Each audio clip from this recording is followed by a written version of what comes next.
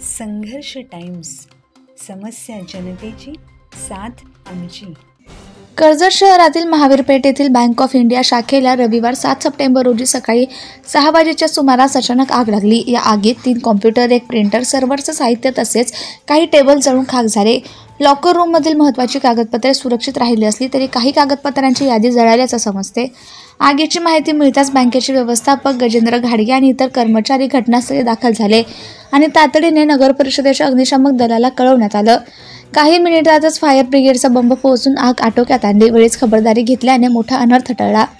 Bank of India ही कर्जत शहरातील जुनी राष्ट्रीयकृत बँक असून 2003 साली विठ्ठलनगरमधून ती महावीर पेठेतील जैन मंदिरा शेजारील पटेल यांच्या इमारतीत स्थलांतरित झाली होती। येत्या काही महिन्यातच ही शाखा स्टेशनजवळील दुबे मेन्शनमध्ये हलविण्याची प्रक्रिया सुरू होती। त्यामुळे या घटनेनंतर बँकेने तातडीने काही दिवसातच नवीन ठिकाणी शिफ्ट होण्याचा निर्णय घेतलाय।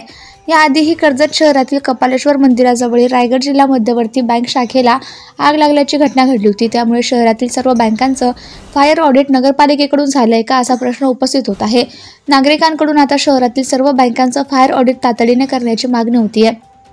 दरम्यान या आगीबाबत वेगवेगळ्या शंका उपस्थित होत आहेत।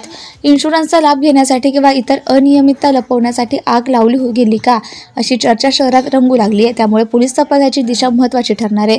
विशेष म्हणजे बँकांचे इलेक्ट्रिकल, कॉम्प्युटर आणि इतर तांत्रिक देखभाल कामकाज म्हणजेच सर्व्हिसेस या राज्य पातळीवर बाहेरील कंपन्यांकडे सोपवलेलं असतं। त्यामुळे स्थानिक स्तरावर त्वरित सेवा मिळत नाही आणि अनेकदा बँकिंग सेवा विस्कळीत होते। याबाबत स्थानिक सर्व्हिस वापरून इलेक्ट्रिक, कॉम्प्युटर मेंटेनन्स स्थानिक पातळीवर होणं गरजेचं आहे। त्यामुळे अशा उपकरणांमधून होणारा धोका वेळीच आटोक्यात आणता येईल।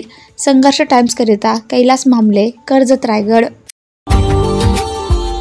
Subscribe now and press the bell icon. Never miss an update.